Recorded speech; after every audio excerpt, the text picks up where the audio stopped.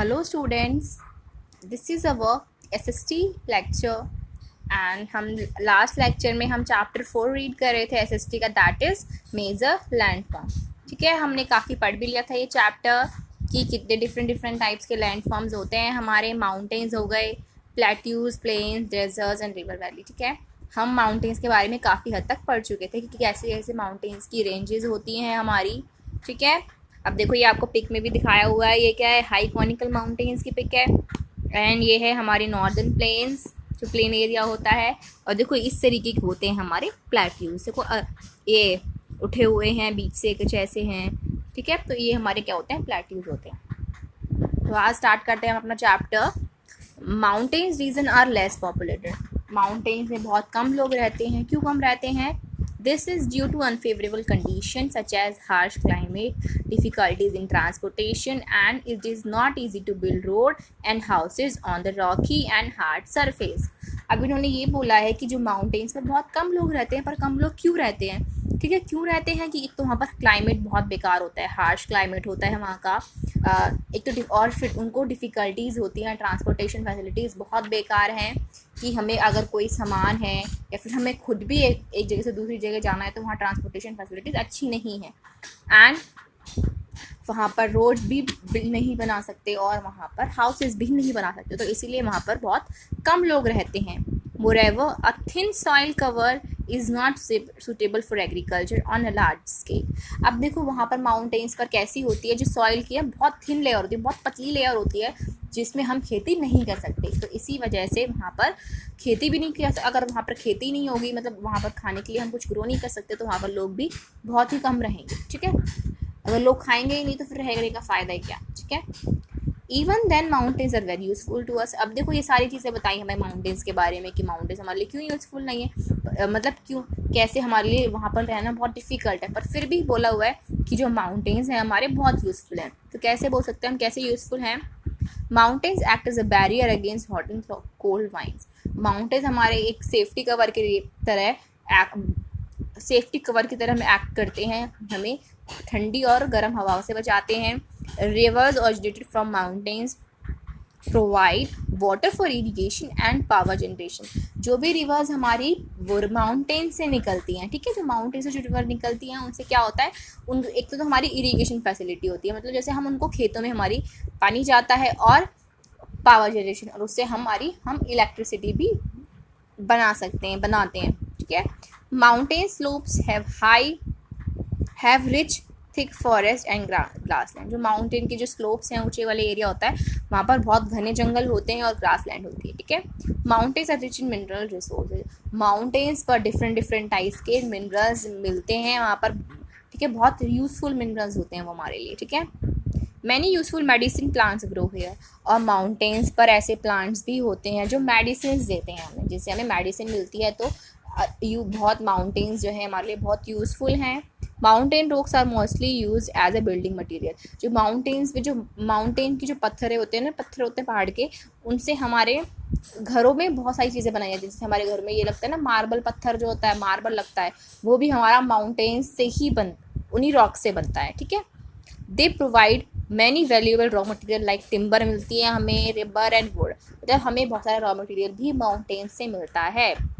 They provide shelter to wild life, और वहाँ पर बहुत सारे जंगली जानवर भी रहते हैं, और इसलिए उनको क्या शेल्टर भी मिलता है, मतलब हम उनको माउंटेन्स को उनका घर भी बोल सकते हैं। ठीक है, तो स्टूडेंट्स हमने पढ़ा कि माउंटेन्स पर रहना कितना डिफ़िकल्ट होता है लोगों के लिए, और पर फिर भी हमारे लिए माउंटेन्स बहुत यूज़फुल भी, हमारे लिए माउंटेन्स कैसे यूज़फुल है। ठीक है, ये तो हमने आज अपना पूरा पढ़ लिया कि माउंटेन्स के बारे में। तो नेक्स्ट टॉपिक इज़ प्लेट्यू।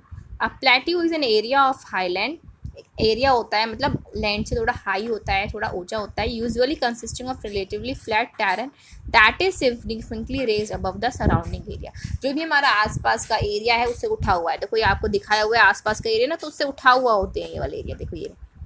ठीक है, इट हैज़ वन और more side with steep slopes, it is called a table land. और इसको हम क्या बोलते हैं, इसको हम टेबल लैंड भी बोलते हैं। तो हम ये बोल सकते हैं जो प्लेट्यूज का अदर नेम क्या है, टेबल लैंड। ठीक है, प्लेट्यूज का सेकंड नेम बोल सकते हैं table land. Next, plateaus can be form by a number of processes, कि हमारे प्लेट्यूज बनते कैसे हैं, including upwelling of volcanic magma, excretion of lava and erosion of water and glaciers, कि जो हमारे लावा जो हीट वाला होता है ना वो फट जाता है, तो तब क्या होता है उसमें लावा निकलता है, वोल्केनिक इरप्शन होता है हमारा उसमें, और सॉइल और वाटर का इरोजन होता है। ठीक है, उस तरीके से हमारे प्लेट्यूज बनते हैं। Some plateaus are very large and spread over thousands of kilometre, such as Deccan plateau in India. कुछ प्लेट्यूज हमारे बहुत बड़े होते हैं जो हज़ारों किलोमीटर तक वो लंबे फैले हुए होते हैं, और ऐसा प्लेट्यू हमारे इंडिया में कौन सा है, डेक्कन प्लेट्यू। ठीक है, डेक्कन प्लेट्यू हमारा इंडिया का सबसे बड़ा प्लेट्यू है। It extend over 8 Indian states and raises 100 metre high in the north. ये हमारा 8 राज्यों तक फैला हुआ है, और नॉर्थ में हमारा कितना उठा हुआ है, ये 100 metre 100 metre and kilometre high in the south. और साउथ में कितना उठा हुआ है, ये 1 किलोमीटर तक। वहाँ पर तो 100 मीटर है, यहाँ पर 1 किलोमीटर 1 किलोमीटर तक। The Tibetan plateau is the world highest and largest plateau. तो टाइबेटन प्लेट्यू है हमारा जो वर्ल्ड का सबसे हाईएस्ट प्लेट्यू है, तो हम ये बोल सकते हैं वर्ल्ड का सबसे बड़ा प्लेट्यू कौन सा है, टाइबेटन प्लेट्यू, और हमारे इंडिया का डेक्कन प्लेट्यू। ठीक है, it is bordered by mountain ranges of all side, इसके चारों तरफ माउंटेन्स हैं।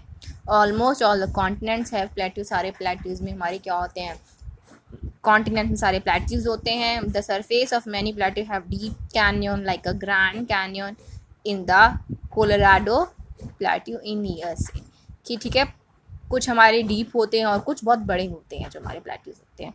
मोस्ट ऑफ द प्लेट्यू है ड्राई रीजन, कुछ प्लेट्यूज हमारे कैसे हैं, ड्राई रीजन में हैं। ड्यू टू हाई एल्टीट्यूड की वजह से they have a cold climate, उनका क्लाइमेट कैसा होता है, कोल्ड होता है, and growing season is short, उनका जो बढ़ने का वो सीज़न है बहुत शॉर्ट होता है।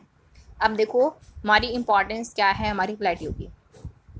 सम old plateau are very rich in minerals, जो हमारे प्लेट्यूज होते हैं बहुत मिनरल्स बहुत ज़्यादा पाए जाते हैं हमारे प्लेट्यूज पर, such as iron, copper, gold, mica, silver, coal, bauxite and diamond, ये सारे हमारे मिनरल्स हमारे प्लेट्यूज पर मिलते हैं।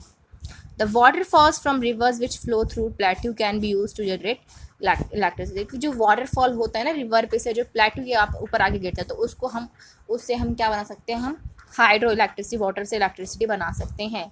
Rich grassland in the plateau are use for rearing cattle and sheep, वहाँ पर बहुत ज़्यादा घास वगैरह होती है जिससे हम अपनी कैटल्स को या शीप को चरा सकते हैं, मतलब ठीक है, वो ग्रास खा सकते हैं।